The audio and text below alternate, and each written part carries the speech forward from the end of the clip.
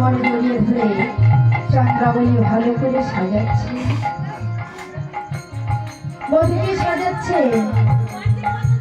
সারা মিশে চন্দ্রাবলীর কুঞ্জে আবদ্ধ হয়ে গেলেন। বধূর আর রাধা কুঞ্জে যাওয়া হলো না।